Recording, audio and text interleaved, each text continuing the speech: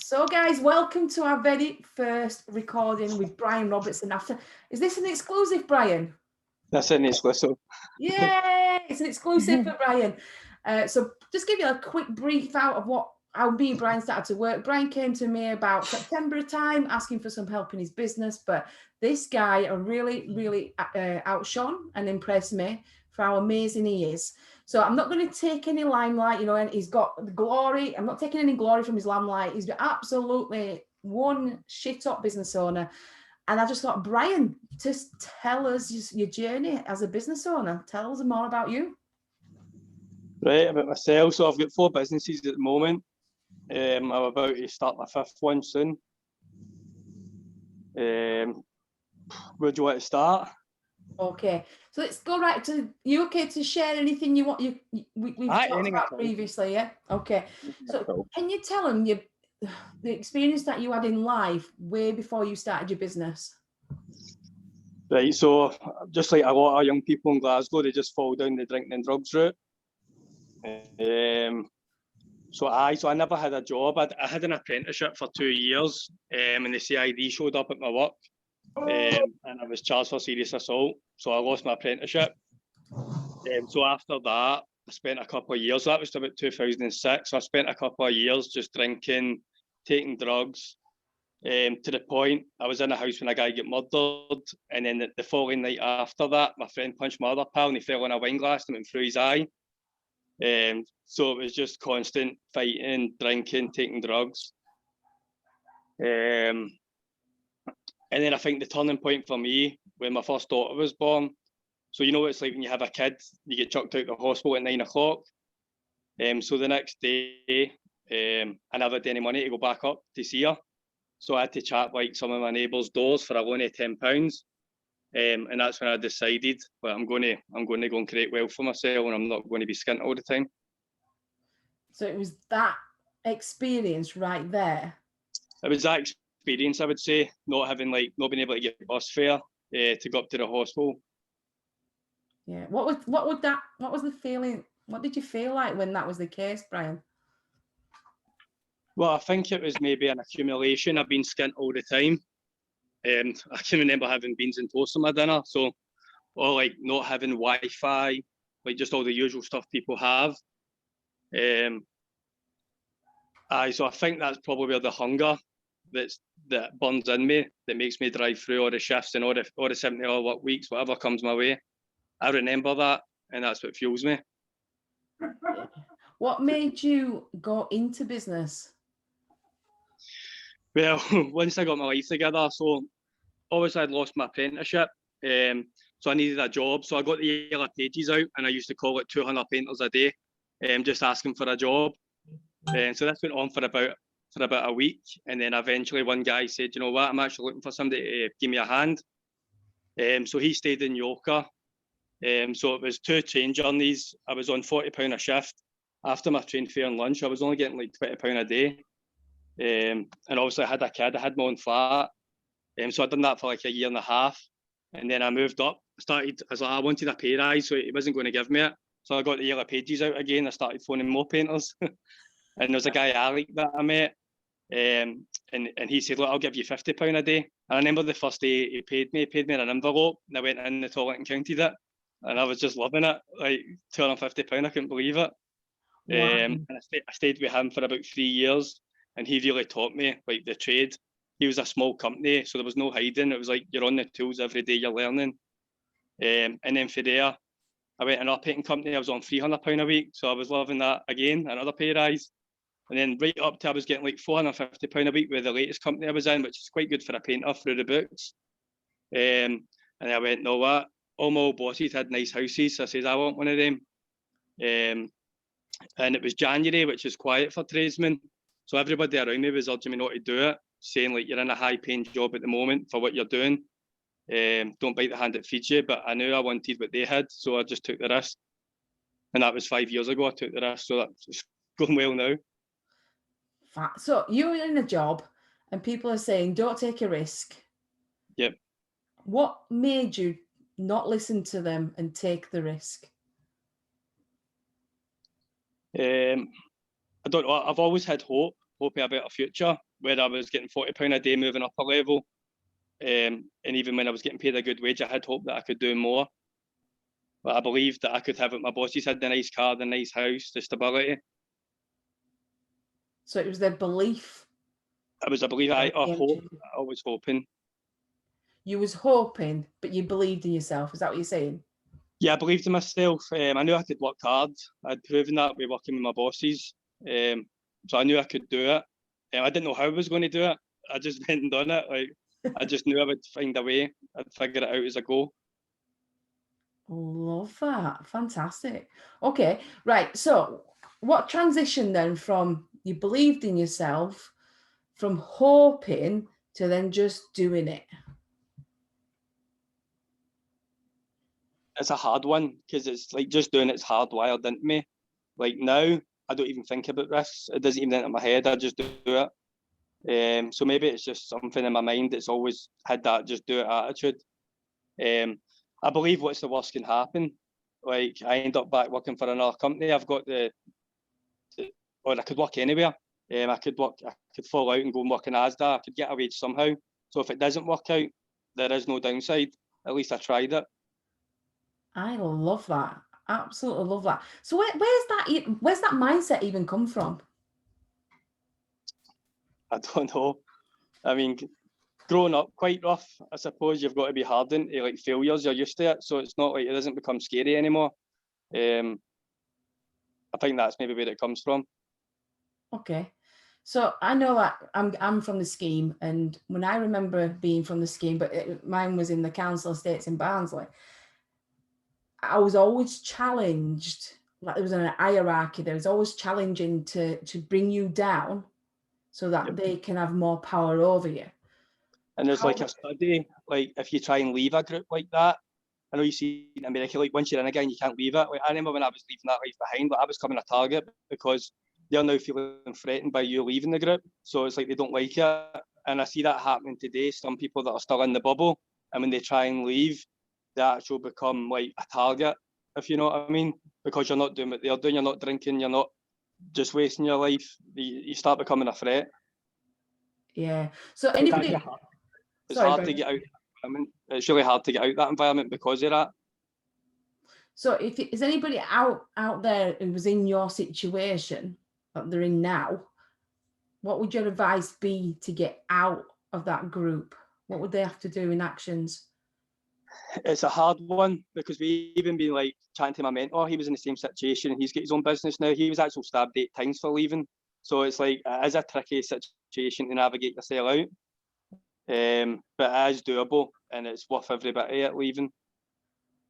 Fantastic. So what was the first step you took then to get out of that group? So I used to smoke a lot of cannabis every day. So I had like 2 social groups, like my stoner group and my drinking group. So when I stopped smoking hash, it was like I'm not hanging about with them anymore. So I just kind of stopped going to the usual places where they would be. And same when I stopped drinking, I stopped going to the pub. And eventually what you notice is they stop texting you. People don't want to know you if you're not doing what they're doing. So just slowly, they'll stop asking you to come out because they know what your answer is going to be. Ah, so it's as easy as that, is it? Aye, well, a bit in between, not as easy as that, but as easy as that. Yeah, I can imagine. I can absolutely imagine on that one. Was there anyone in particular that really, really focused on bringing you down to keep you below the hierarchy as such? Aye, I remember one time, I'm not going into it too much, but one guy said something, and it was basically a rumour, and it was New Year's Eve, and it actually turned the full house that I was in against me. Like, and there were some dangerous people there, and I had to literally leave the house, like, or else I was going to get badly leathered.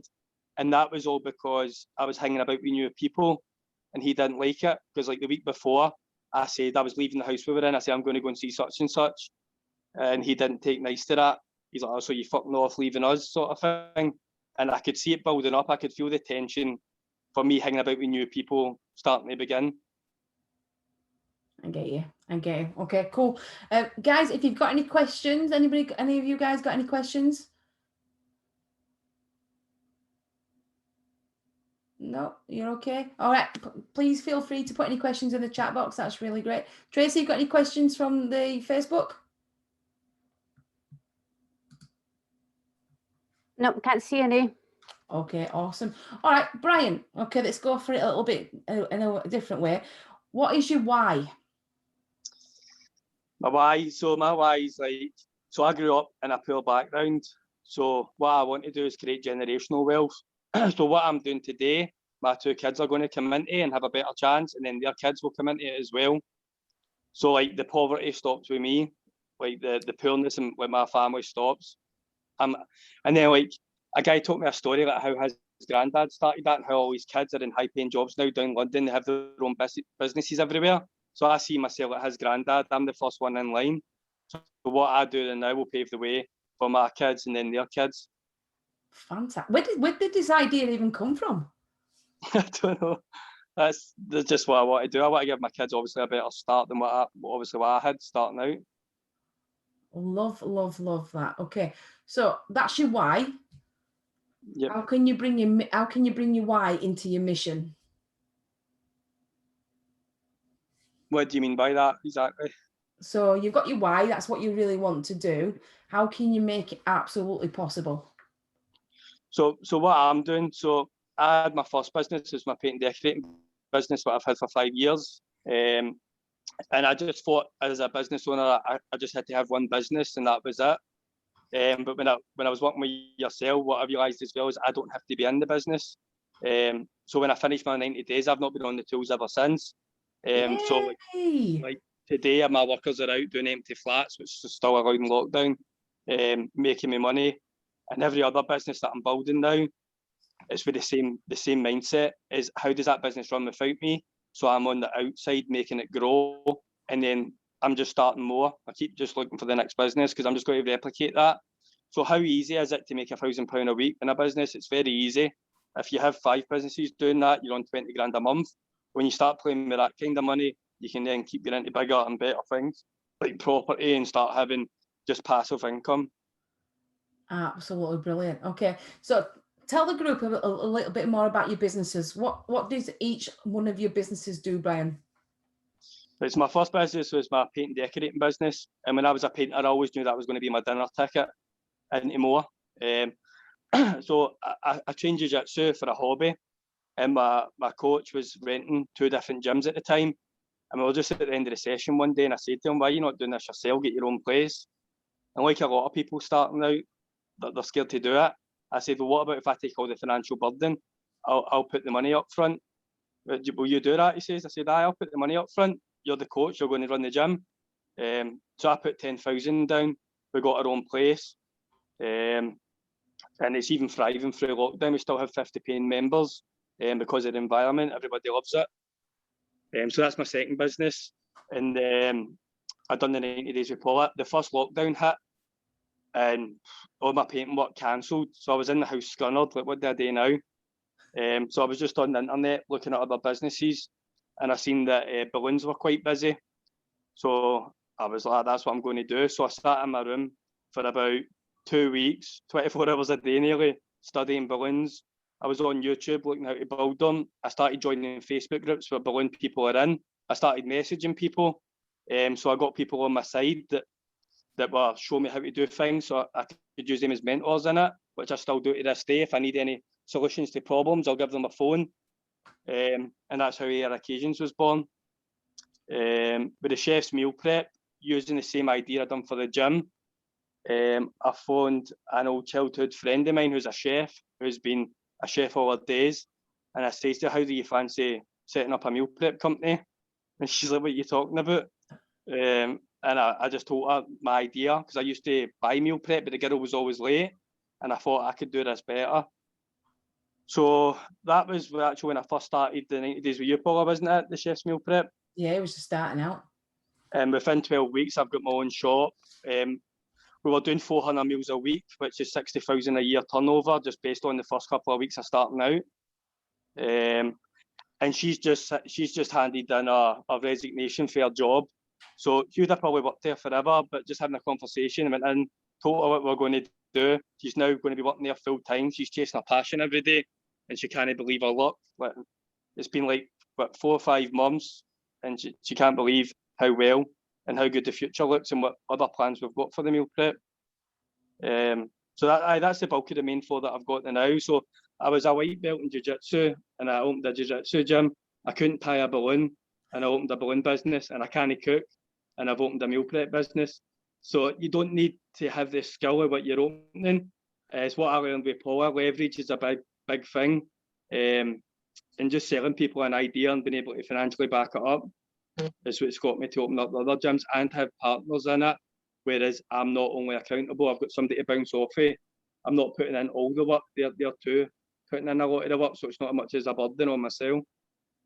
Yeah. Well, let me ask you a question then. So what you said just jumped out to me. So you couldn't tie a balloon? And you got I couldn't tie a balloon when I first started, no. I know the feeling. I've got fat fingers. I struggle with that. So you couldn't tie a balloon. When you're a kid, though, you can do it. You don't think about it. But when you get older, you're like, oh.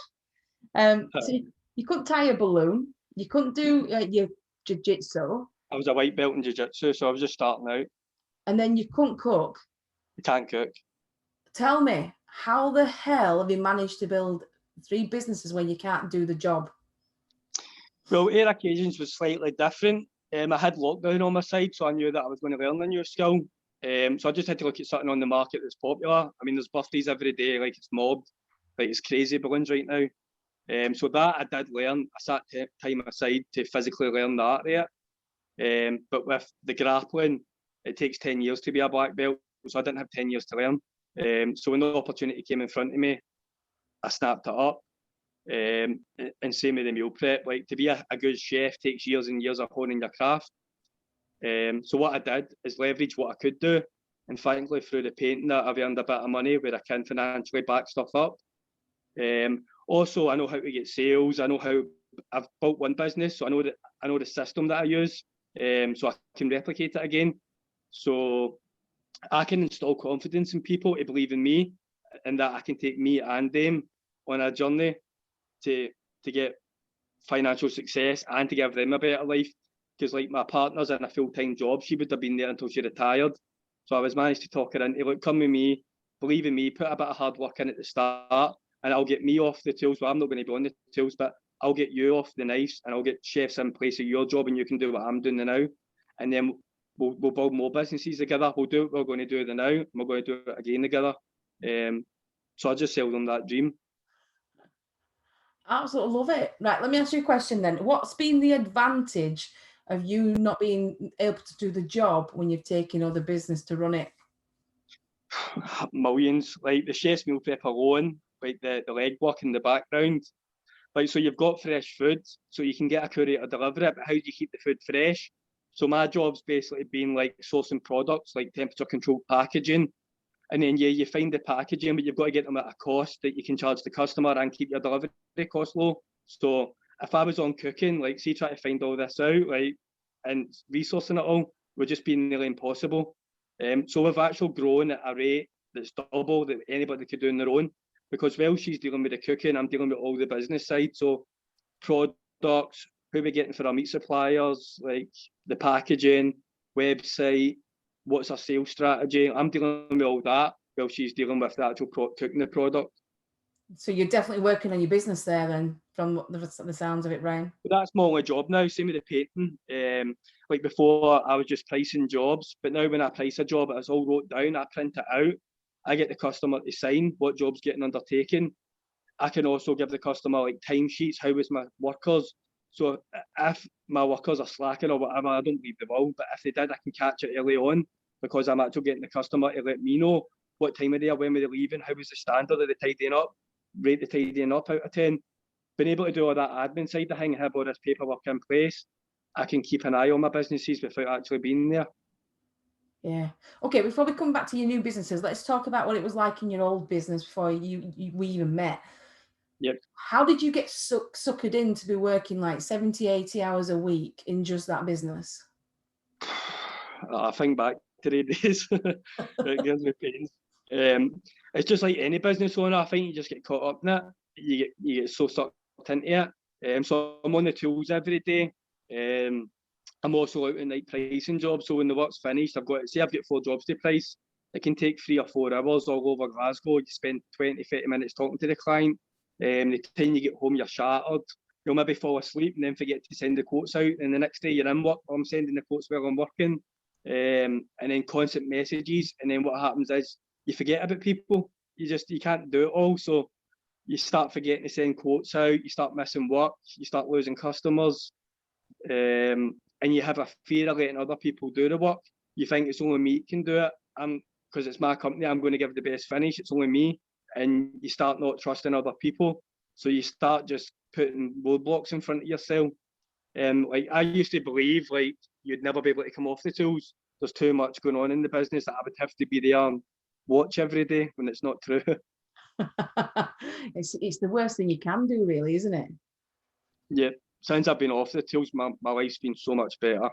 Like I've spent a lot more time with the kids. I pick and choose. Like I don't play an elastic. I'll go up and do what I need to do. I'll have a set list. Once that list is done, and when the gym's opened up, I'll be in training in the gym, going out for lunch and still getting all my business work done. The time I've got to myself now is night and day.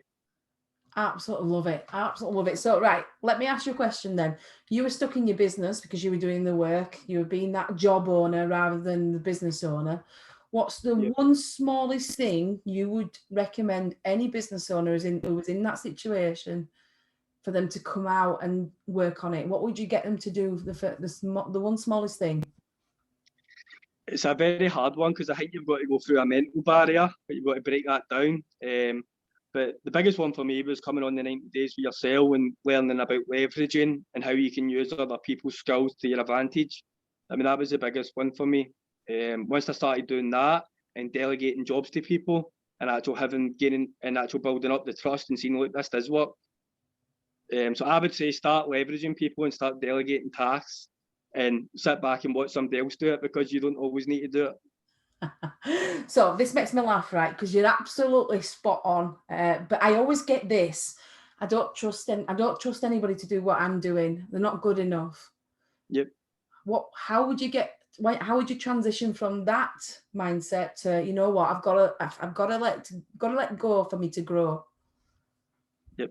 So what happens if you get somebody that does something that breaks your trust? Like, what's the worst thing that can happen? Like business, you can heal things dead quick. Like if a customer knows you genuinely care, say you had a worker and they messed a job up, if I go and see the customer myself and apologise sincerely and say, I'll be here tomorrow to rectify it, the customer's bond with me is still going to be the same. So you taking that risk isn't going to be the end of the world if it does go wrong. And I think you'll be surprised if you do take the risk, because a lot of the time it goes right.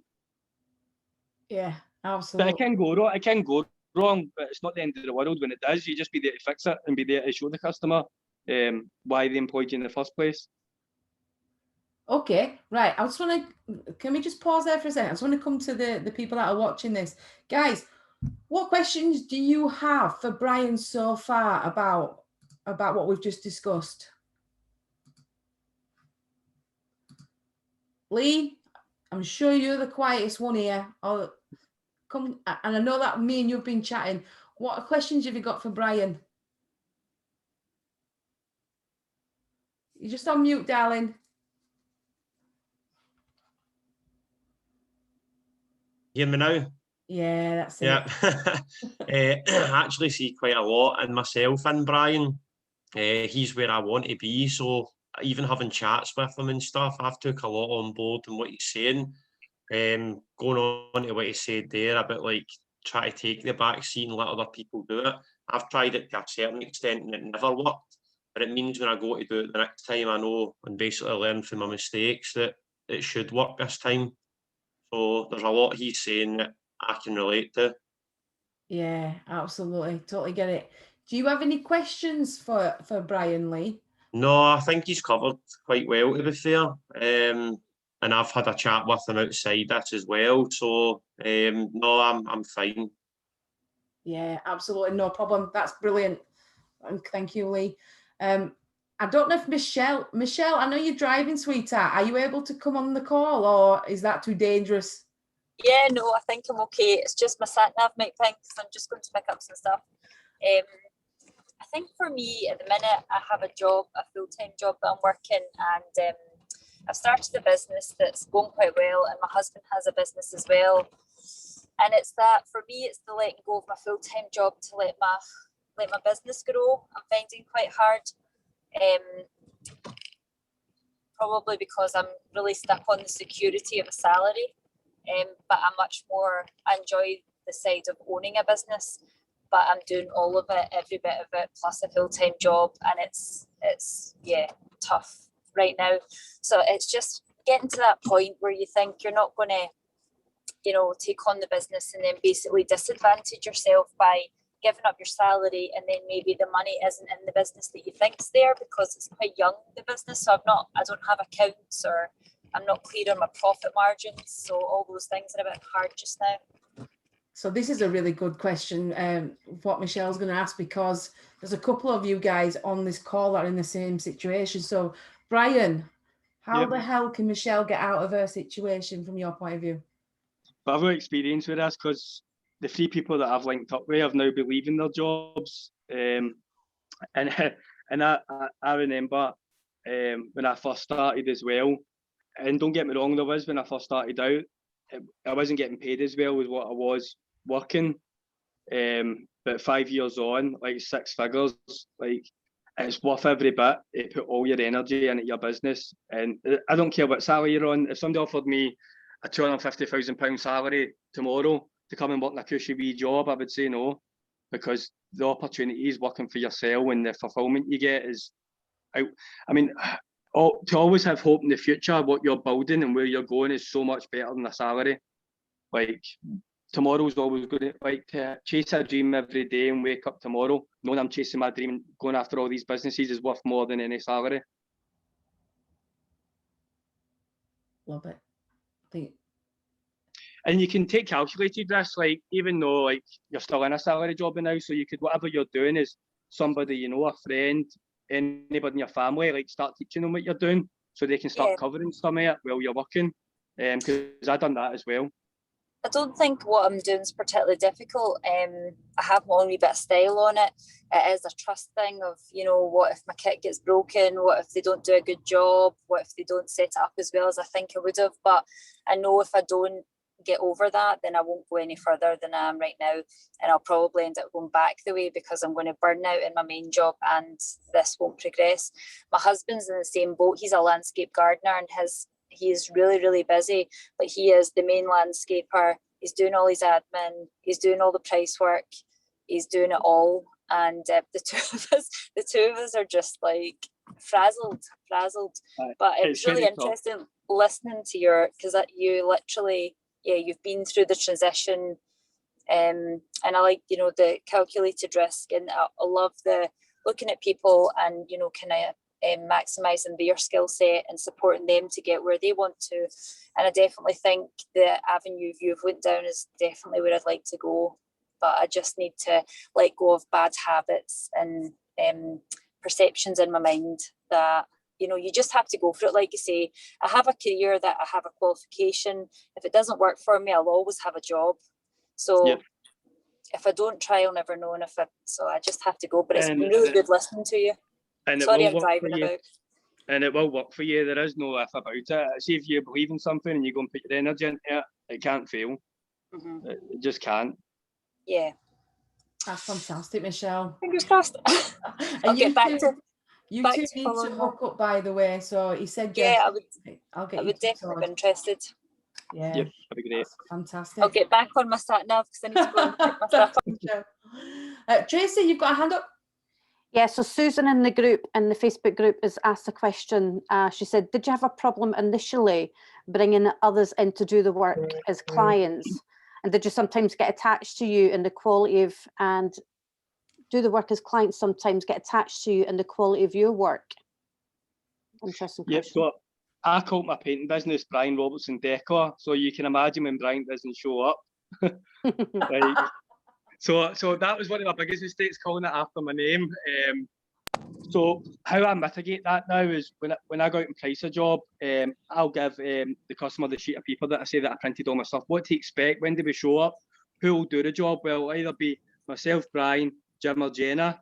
So right away the customer knows before they accept the price, well, Brian, Jim or Jenna could show up. And that way it just saves the future questions from the customer, like where's Brian? Because I did get that a lot, but I find just letting the customer know that it's more than just me from the offset, and they kind of take more to it when other people show up. Love it. That's a good way, actually. Never thought about that. Yeah. Love it. Thank you. That's a great question, Susan, as well. Okay, let's come to something else. This is what you and Michelle have got a really big problem. You and Michelle are little sales superstars. Tell me your system, Brian. What do you do to get these loads of sales coming in? So I've seen your sales orders. What do you do? This is like, I don't even have anything special. Like, so say I was creating a business tomorrow, right? Say I was going to clean trainers, you know, they get guys that clean the dirty Gucci trainers and that. So say that was going to be my business. The first thing I would do is create a Facebook page, right? And you invite your friends and family, and that's where people stop. Now, I don't know if you've seen during the coronavirus, there was businesses were copying and sharing a thing, was like giving people instructions to scroll across to the community bit on their page and invite their friends. So what I did was I copied that. I wrote my own wee speech on it, and I private mailed every one of my pals, even if they were for school. I haven't spoke to in a year. So just by doing that, you can get a couple of thousand likes on your page just to start with, and that will instantly be any more impact than just inviting your own friends and family. So get your friends to invite their friends and family and their friends. So that's a handy wee tip that I don't think a lot of people do. And I just seen it from when the lockdown happened, and I went, I'm going to use that and just start private mailing everybody I know. Wow. So I do that, and you can get a few thousand in a blink of an eye, and that's like unpaid advertising. Wow. Also, depending on what you're doing, there's a lot of free advertising. Like the meal prep, we sponsor PTs, we sponsor people high up in jiu-jitsu that have a lot of people on their pages that know them, and what they do, we give them free meals and they advocate for us, and they send us new clients every week. Same with the balloons, get into bridal shops, decorate their shops for free. So when all their clients come in and they go, when they're trying on their dress or whatever, they see all our balloons, where did you get them from? And then we get their venue to decorate through it. Also, I'm a big believer in always reinvesting money. So I always reinvest money into advertising. It doesn't need to be a lot, but I've always had good results off Facebook advertising. The painting really good. The balloons is about even. But what you're doing is you're generating a foundation of word of mouth. So you might only get 10 customers, but what the 10 customers going to get for you is the main thing. I think it takes a year to 2 years to build up that strong word of mouth. Like my painting now, my phone doesn't stop. The balloons is getting that way. Just takes a year. You've just got to keep churning it out. So advertising a wee bit as well is a must. Like I would advertise every penny I've got because I just know it works. I get the money return. Like the painting, I remember I advertised and paint decorating once on Facebook, and we spent £500 in January, and we made 6,000 back. So that's like a return you just can't knock back. Wow. So say that again, Brian. What did you do again? Just say that So, last bit again. In January, we advertised £500 in my paint decorating page, and we got a £6,000 return on it. Wow. Tracy, what's the return in that in percentage? You'll be good at maths, won't you? No, I'm crap at maths. I don't know, what is it, but times 10? That's what 10 times return, isn't 12 it? Yeah. times. 12 times, yeah. 12 times. Wow, Brian. And my balloons is just double. So if I spend £100 today, I'll make £200 back in orders. So let me ask you a question on this then. So I get a lot of from clients, for example, say, Paula, marketing advertisement is a cost. And it's not a cost. They're losing. What do you say to them on that one? It's just a complete gain. Every time I've advertised, not only have I got more initial work, they've also then recommended me to people they know, and it just snowballs. It's just like one person will recommend you to one, it just keeps going, and that's how I don't need to advertise anymore for my painting, because I did it initial at the start. Advertise. Like if I wanted to keep building the painting, I would advertise, but I'm happy where I'm at with that, and I want the next. My mindset is I used to have 4 workers. I only want 2 now because it's good for me. That's where I manage the painting, and I can replicate that with many businesses. Whereas if you're one person and you want 20 vans on the road, keep advertising. It's not going to you can get to a certain point if you stop advertising, it just starts corroding. Like, you're good to get that word of mouth, keep it going, and keep building the word of mouth. Yeah, now this is really interesting. So there's a couple of ways to grow your business, but I always think there's two ways. You can either keep small and increase your prices. So because you're more scarce on the market, and if you're exceptional what you do, you don't have to do many jobs. So you increase your prices, less customers, less hassle, or you can go big and then get like 20 vans on the road, etc. But what I found in that scenario is if you don't build your foundations correctly, you're going to lose a lot of money per £100. So for example, there might be on it 10% net profit, rather than say 50% net profit. And that's where the 90 days came in with yourself. I used to have 4 workers in the painting, and it was maybe getting to the point I wasn't charging the worth, and it was more about volume to get the money in. But when I actually cut back a wee bit, charge more, I'm making the same money with half the work. Like, I'm 2 employees down, but I'm making the same money, and I'm not running about like a headless chicken. So, like, knowing your worth's a big one. I absolutely love that. So let's talk about knowing your worth on this one then, because a lot of people, when they come to us as a client, before they become clients, they don't charge their worth. In fact, 110% of people do not charge their worth. What would you recommend or advise them on this one? Sooner the better. Start charging. Years, I undercharged for years, and it got me nowhere. And obviously now that I charge what I should be charging, and probably more than what I should be charging sometimes, and I still get the work because people know they're getting somebody that's going to show up, and they say they're going to show up. They built a and I even lost customers when I actually put my prices up. Like, one customer who's been with me for years would get dead angry with me all of a sudden. And I just explained to her, like, well, I've got 2 vans on the road, my overheads are more now. It's okay being a one wee person. You can run about doing all the cheap jobs you want. Anybody can be a busy fool. But to charge your worth is, I advise it 100%. Yeah. So how do you get to know your worth then? How did you get to know your worth?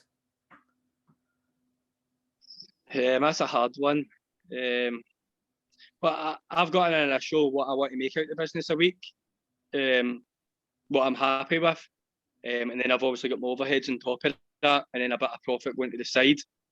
So if I'm not charging correctly, either I'm not paying myself enough and I'm losing out. So to charge my worth, I make sure I'm paid every week and I get what I want, if that makes sense. As before, I could pay my workers, and maybe I wasn't pricing right, and the only one that was suffering was me at the end of the week. I wasn't getting what I should be on for the hours I was putting in. So I was, being a business owner, maybe making £8 an hour when I should be making 20, 25, £30 an hour, whatever it be. Yeah. So why have all the stress if you're not getting paid for it? Or why not just have a normal job then?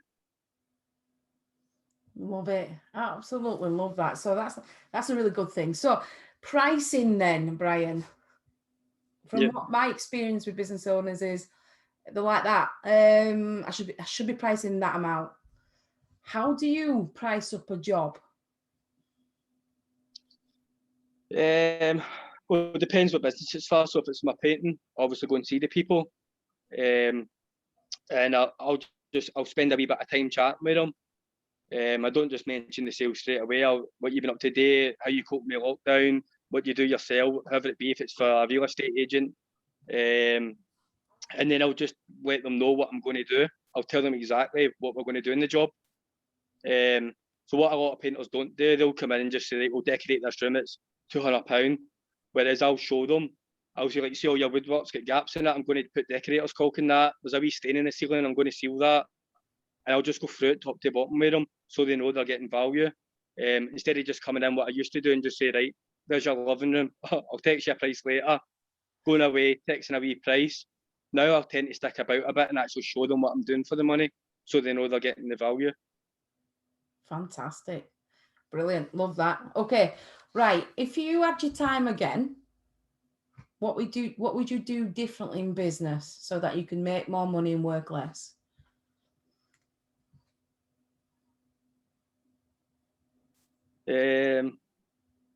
Well, I'm already doing it now with my new businesses, so I'm cutting all my mistakes out that I used to make, and I'm going straight for the jugular at the start.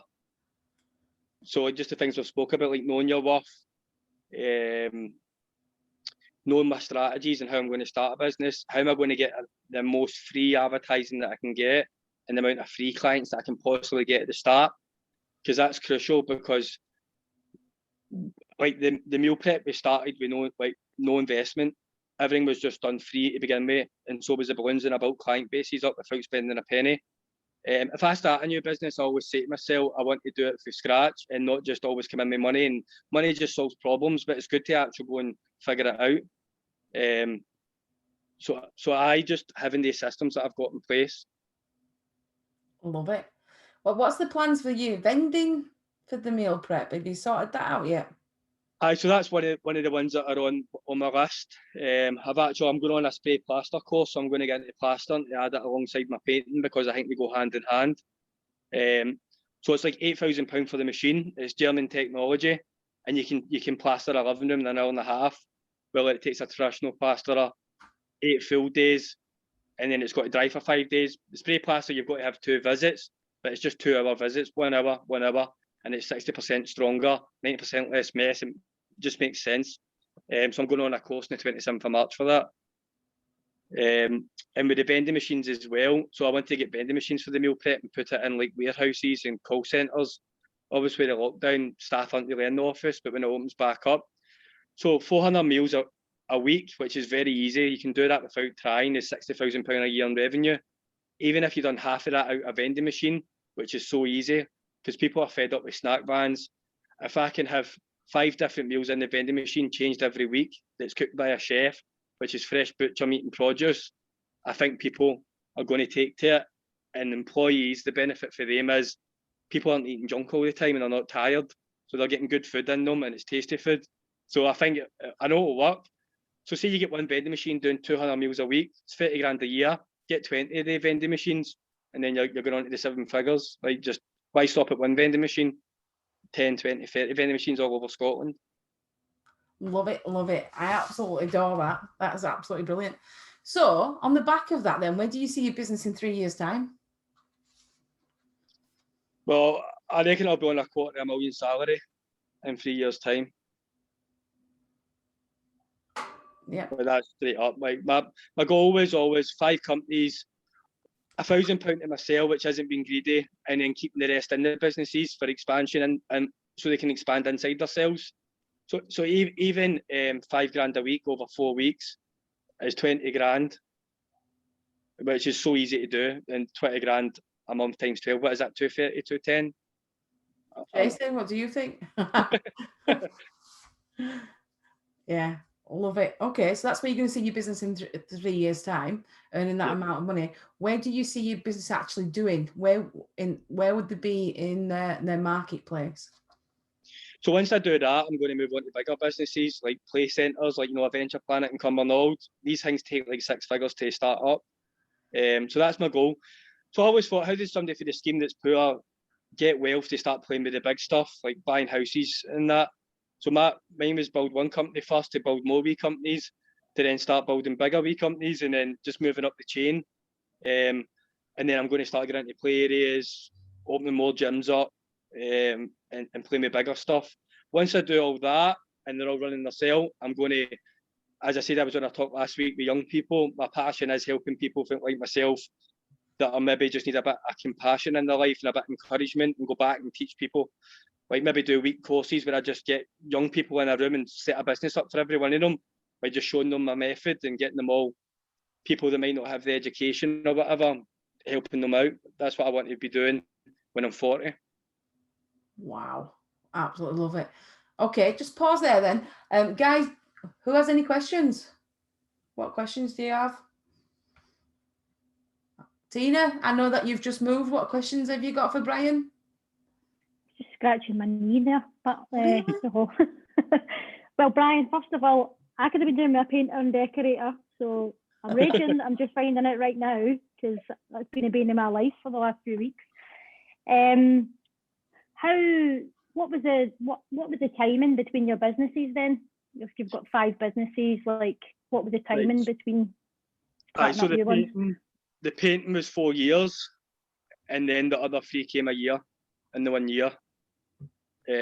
Well, sorry, the jiu-jitsu gym's just over a year old. The balloons was done the first lockdown, and the meal prep was done the second lockdown. And the balloons and the meal prep are both like to probably be about 60,000-70,000 the first year, maybe more. Good. Yeah, my cousin's a balloon artist as well, and she said the same thing. That's Just crazy. can't get them out the door fast enough. It's mental. The second thing I was going to ask was, in relation to when you say you go and price jobs, do you give the customer a quote there and then to their face? No. I used to make a mistake by doing that, because when you say it to their face there and then, you either sell it too cheap or you go too high. I always have a digest on the drive home where I properly think about it. So I always say to them, I never give you a price on the spot, because some people feel like they need to go with me because I'm face to face with them. I was also getting cancellations because when I was saying the quote, it was too much for them. So now I say to them, well, I don't give prices on the spot because it makes you feel like you need to go with me. I'm going to go away, work it out, and I'll send you a wee text over either tonight or tomorrow, and you can digest it with your partner or whatever, and then just get back to me, let me know. Interesting. I used to make that mistake pricing on the spot, and it never works out well because you always get it wrong. I've often wondered though with tradesmen, because I'm always like, why can you not just tell me there and then? Why do they need to go away and text me later? So that makes sense, but yeah. You definitely need to think about it, because you might go, this looks easy, but when you drive home, you go, wait a minute, I need to stay and block it. That's a bit hard. That's going to be 3 quotes, and you start really thinking about it. Whereas if you just try and hit it out on the spot, you always get it wrong. Cool. I really like your ideas and stuff, and yeah. No, I'm glad you're enjoying it. You for getting where you are today. It's awesome.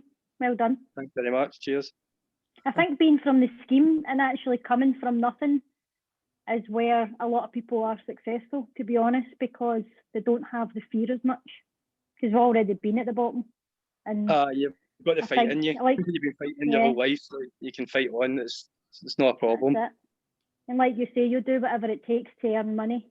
Doesn't matter what it is. It's not about the money anymore. Now it's more about the journey. Like, see, like my business partner, meal prep, see getting a first sale while jumping about my room, and then when we like hit 400 meals for the first week, and then we opened the shop up for the first time, and now it's decorating for the first time. See all the milestones you hit with people is worth more than the money. It's the journey is what I'm going to look back on and go, I'm proud of the journey.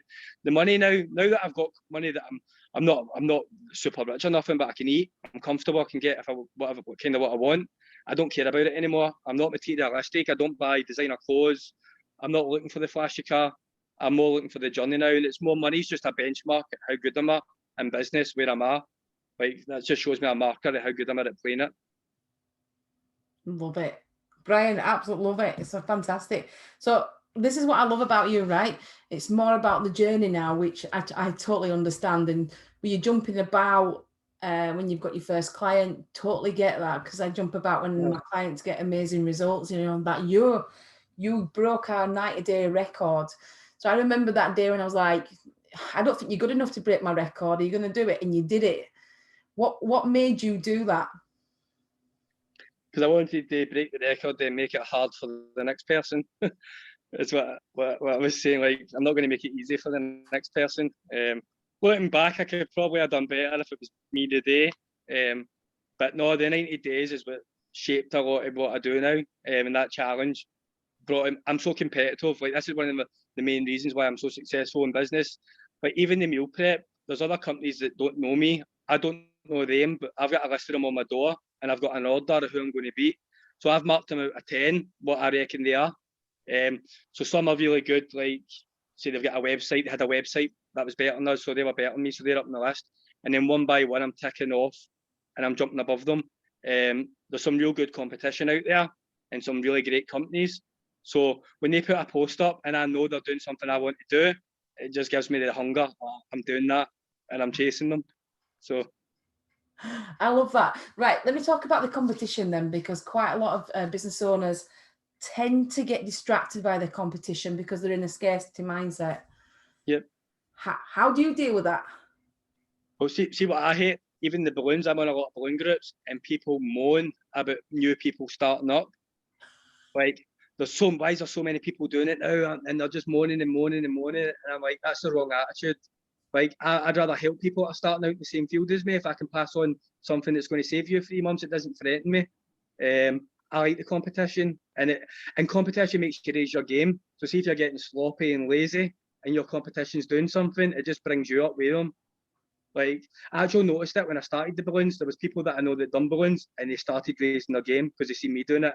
So they obviously felt like, oh, but they have to come and do it. So they've actually raised their level so much that I can see since I started doing it. Same with the meal prep.